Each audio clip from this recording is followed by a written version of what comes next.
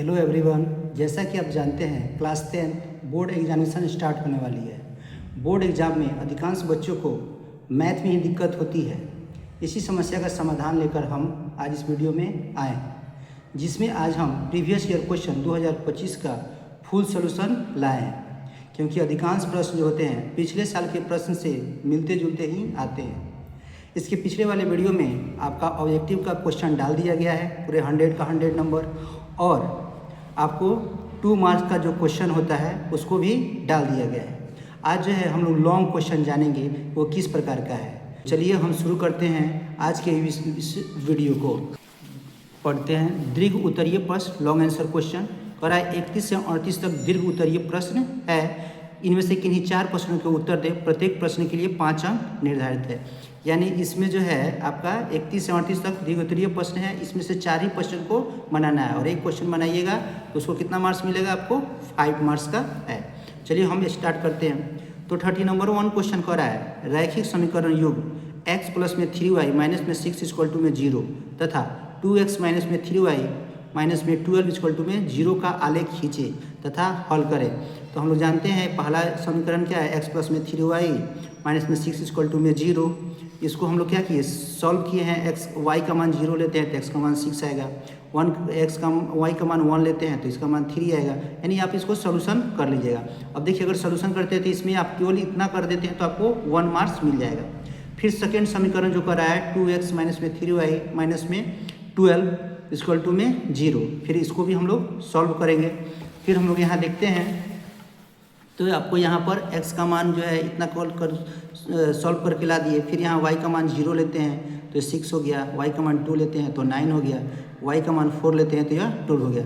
देखिए इसमें भी आपको 1 मार्क्स मिल गया, केवल आपने केवल समीकरण को सजा दिया तब। अब जिसने जैसे जैसे बोल रहा है वैसे वैसे इस ग्राफ को आप ड्रॉ कर लीजिएगा। देखिए ये पॉइंट जो है यहाँ पे 6 0 3 1 0 2, ये जो ग्राफ जो है कहाँ पे कटान बिंदु मिल रहा है, 6 और 0 पे। अब जो है अब देखिए फिर यहाँ पे लिखा है दोनों रेखाओं का कटान बिंदु कितना है, 6 और 0 पे। यानी दोनों जो बिंदु मिल रहा है यहाँ पे 6 और 0 पे मिल रहा है। अतः अवशिष्ट समाधान क्या हो गया, x बराबर में 6 और y बराबर में 0।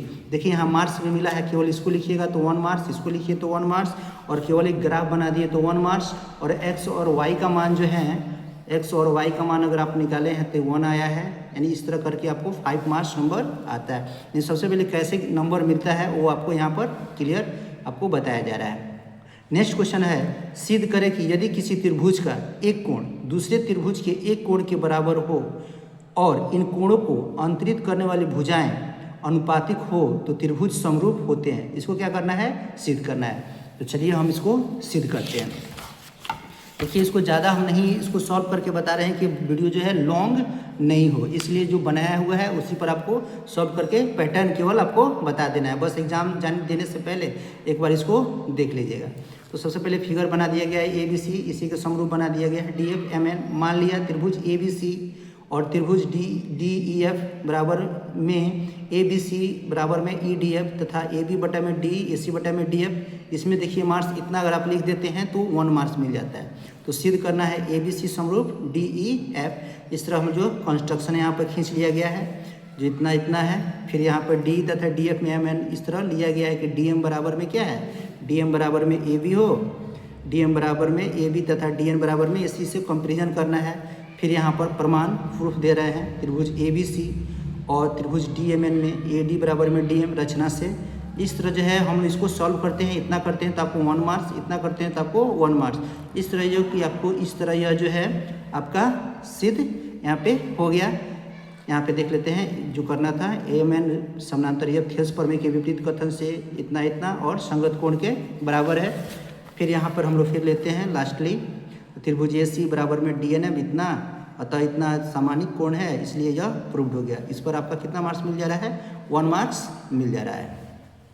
चलिए अब हम लोग नेक्स्ट क्वेश्चन पे जा रहे हैं। कह रहा है 2 अंकों की एक संख्या अपने अंकों के जोड़ की 4 गुनी एवं अपने अंकों के गुणनफल की 2 गुनी है तो संख्या ज्ञात करें। ये क्वेश्चन दिया हुआ है। तो इसी तरह हम लोग इसको सोल्यूशन करते हैं। तो मान लिया कि 2 अंकों वाली एक संख्या है जिसमें इकाई और दहाई का अंक y और x है। तो संख्या क्या हो जाएगा, 10x प्लस में y जो कह रहा है प्रश्नानुसार उसको हम लोग ने सॉल्व किया, इतना आप लिखते हैं तो आपको 1 मार्क्स मिल जा रहा है। फिर इसको हम लोग सॉल्व किए, फिर हम लोग इसको सॉल्व कर लिए, तो फिर यहाँ सॉल्व करते हैं तो इसमें भी आपको यहाँ पर 1 मार्क्स मिल जा रहा है जो क्वेश्चन कह रहा है। फिर इसको सॉल्व करते हैं तो x का मान 3 और 0 आ गया, तो x का मान हम लोग क्या लेंगे 3। फिर x का मान 3 रखने पर समीकरण 1 में रखेंगे तो y का मान जो है कितना आ जा रहा है 6 आ जा रहा है। वहीं संख्या पूछ रहा है तो 10x प्लस में y हम जो निकाले थे इसमें मान पुट कर दिए तो वो संख्या कितना हो जा रहा है 36। यानी पैटर्न देख रहे हैं इसमें 1 मार्क्स 1 मार्क्स 1 मार्क्स 1 मार्क्स और 1 मार्क्स, इस तरह का 5 मार्क्स हो गया। यानी स्टेप बाय स्टेप जो है बिहार बोर्ड में भी नंबर आपको मिल जा रहा है। पहले CBSE में आपका पैटर्न चलता था, लेकिन अब यह पैटर्न जो है आपको क्या हो रहा है अब बिहार बोर्ड में भी मिल रहा है। इसको बस एग्जाम देने से पहले एक बार अच्छे से देख लीजिए क्योंकि इसी पैटर्न पर क्वेश्चन आने वाला है। नेक्स्ट क्वेश्चन कह रहा है 7.6 सेंटीमीटर लंबा एक रेखाखंड खींचे और इसे 5:8 के अनुपात में विभाजित करें, दोनों मापों को मापिए। यह जो है आपका कंस्ट्रक्शन का क्वेश्चन हो गया। तो चलिए हम इसको देखते हैं। कंस्ट्रक्शन में क्या हुआ है, यहाँ आपका ग्राफ खींचा हुआ है। अब कैसे इसका स्टेप बाय स्टेप लिखा जाता है उसको हम लोग देखेंगे। तो यहाँ क्या किया, AB बराबर 7.6 सेंटीमीटर लंबाई का एक रेखाखंड खींचेंगे। सेकेंड में एंगल BAX बराबर में न्यून कोण बनाते हुए किरण AX खींचा जाएगा। इसी तरह चरण जो है चरण बाई चरण जो आपने क्रिया किया है उसको क्या कर दिया गया है, इसमें यहाँ पे डिनोट कर दिया गया है। अंत में जो है इस प्रकार AB पर C वह बिंदु है जो 5:8 के अनुपात में विभाजित करती है। तो यह कितना माना गया, CB बराबर में 4.68 सेंटीमीटर आपका आंसर हो गया। यहाँ तक किसी को दिक्कत नहीं है। एक ग्राफ रचना का क्वेश्चन जरूर आएगा, इसको जो है आप जरूर सॉल्व कर लीजिएगा, इसको अच्छे से देख लीजिएगा। चलिए नेक्स्ट क्वेश्चन कह रहा है सिद्ध करें कि सेक थीटा माइनस में टेन थीटा बटा में सेक थीटा प्लस में टेन थीटा बराबर में 1 प्लस में 2 टेन स्क्वायर थीटा माइनस में 2 सेक थीटा इंटू में टेन थीटा, इसको सिद्ध करना है। तो चलिए हम इसको देखते हैं कि कैसे ये सिद्ध हो पाएगा। चलिए तो यहाँ पर LHS है, LHS सेक थीटा माइनस में tan theta sec theta plus में टेन थीटा। तो करा अंश और हर को क्या करना है, sec theta minus tan theta से क्या कर देना है, गुना कर देना है। यानी रेशनलाइजेशन किया गया है, परिमयकरण किया गया, तो जो नीचे था उसमें माइनस कर दिया गया है। तो यह माइनस माइनस था तो सेक थीटा माइनस में टेन थीटा का होल स्क्वायर हो गया है। यहाँ सेक स्क्वायर माइनस में टेन स्क्वायर थीटा, हम जानते हैं sec square minus tan square theta बराबर में 1 हो गया। यहाँ A माइनस B का होल स्क्वायर लगा दिए तो सेक स्क्वायर प्लस में टेन स्क्वायर थीटा, यहाँ पर इसको सेक स्क्वायर थीटा को 1 प्लस में टेन स्क्वायर थीटा, यहाँ पर टेन स्क्वायर थीटा, यहाँ 2 सेक थीटा। इसको अगर हम लोग सॉल्व किए तो हम लोग का RHS आ गया। बहुत ही इजी क्वेश्चन आएगा, आप बस प्रैक्टिस किए रहिएगा तो आपका आंसर जो है आराम से आ जाएगा। बहुत टेंशन लेने की ज़रूरत नहीं है, बस एग्जाम में जाने से पहले इस फुल सोल्यूशन को देख लीजिएगा ताकि आपको कुछ किसी प्रकार का डाउट नहीं रहे कि किस प्रकार का क्वेश्चन आएगा। अगर ये आपको पता चल जाता है किस टाइप का क्वेश्चन आएगा तो आप उस टाइप का क्या करिएगा, उस चीज़ को रिवीजन कीजिएगा। चलिए नेक्स्ट क्वेश्चन देखते हैं। कह रहा है 2 वृत्तों की त्रिज्या क्रमशः 19 सेंटीमीटर और 9 सेंटीमीटर है। उस वृत्त की त्रिज्या ज्ञात करें जिसकी परिधि इन दोनों वृत्तों की परिधियों के योग के बराबर है। चलिए हम लोग सॉल्यूशन लेते हैं। कह रहा है मान लीजिए कि पहले वृत्त की त्रिज्या R1 है जो 19 सेंटीमीटर है और दूसरे वृत्त की त्रिज्या R2 है जो 9 सेंटीमीटर है। तब हम लोग क्या करेंगे, पहले वृत्त की परिधि, तो हम लोग जानते हैं वृत्त की परिधि क्या होता है 2 पाई r, तो R1 है तो इसको मान बैठाएंगे तो 38 पाई सेंटीमीटर हो जाएगा। फिर दूसरे वृत्त की परिधि निकालेंगे तो 2 पाई r हो जाएगा, यानी इसको हम निकालेंगे तो कितना हो जाएगा 18 पाई हो जा रहा है। तो कह रहा है मान लिया कि उस वृत्त की त्रिज्या r है जिसकी परिधि इन दोनों वृत्त की परिधियों के योग के बराबर है। तो इसका जो हम लोग निकाले हैं 2 पाई r और 30 पाई और 18 पाई दोनों को योग के बराबर है। तो इस तरह निकालते हैं तो कितना हो जाए, जोड़ते हैं तो 56 पाई। यहाँ से r का मान कितना निकल जाएगा, इसको काट देंगे तो 28 सेंटीमीटर हो गया हम लोग का आंसर। यानी बहुत ही क्वेश्चन को अगर आप समझ लेते हैं तो आपका आंसर आना ही आना है। इसमें भी देखिए, इसमें 1 marks 1 marks 1 marks 1 marks 1 marks, केवल आप फार्मूला भी लिख दिए तो आपको स्टेप बाय स्टेप नंबर मिलता है। ये तो मेरे चैनल का नाम है, ठीक है ना। अब हम लोग नेक्स्ट क्वेश्चन पे चलते हैं जो स्टैटिक्स से क्वेश्चन है। करें निम्नलिखित बंटन का माध्य ज्ञात करें। यहाँ पर वर्ग अंतराल दिया हुआ है। अब हम इसका सॉल्यूशन करते हैं तो वर्ग अंतराल में इसको हम लोग सजा देते हैं, बराबरता इसको हम लोग इसको कर लेते हैं। फिर मध्य बिंदु भी हम लोग निकाल दिए और मध्य बिंदु f गुना x, इसको गुना किए तो ये सब जो है माध्य को हरा निकालने के लिए तो माध्य का क्या फार्मूला होता है, समेसन f x बटा में समेसन f, यानी दोनों का इसका जो गुना हो जाएगा और इससे भाग दे देंगे तो हम लोग का माध्य, हम लोग का जो है यह जो है पूरा हम लोग इसको निकाले, इसको ऐड कर दिए, इसको निकाले और इसको ऐड कर दिए, इसमें इसको भाग दे देंगे तो माध्य निकल जाएगा। तो हम लोग इसको पूरा अच्छे से देखते हैं। तो फिर हम लोग का जो निकला हुआ था माध्य का फॉर्मूला हो जाता है समेसन एफ एक्स बटा में समेसन एफ, जो 11,152 बटा में 64।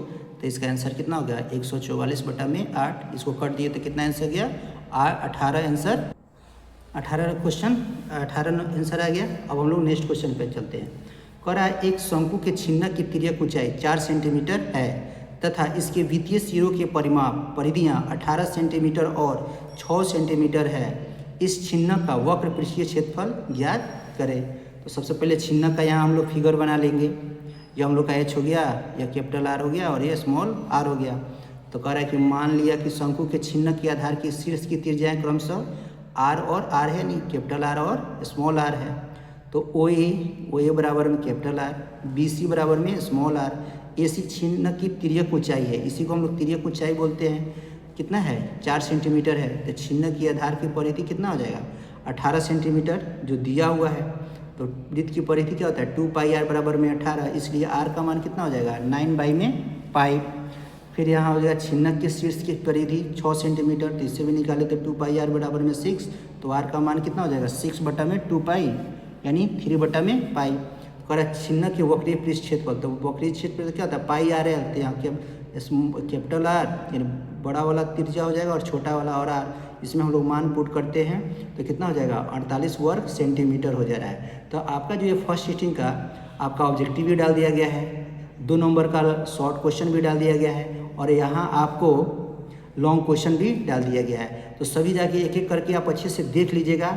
जो है नेक्स्ट वीडियो में आप लोग को सेकेंड शिफ्ट में कैसा पेपर आया है, शॉर्ट आंसर टाइप का और लॉन्ग क्वेश्चन टाइप का भी हम आपको डाल देंगे, उसको देख लीजिएगा। जय हिंद, जय भारत।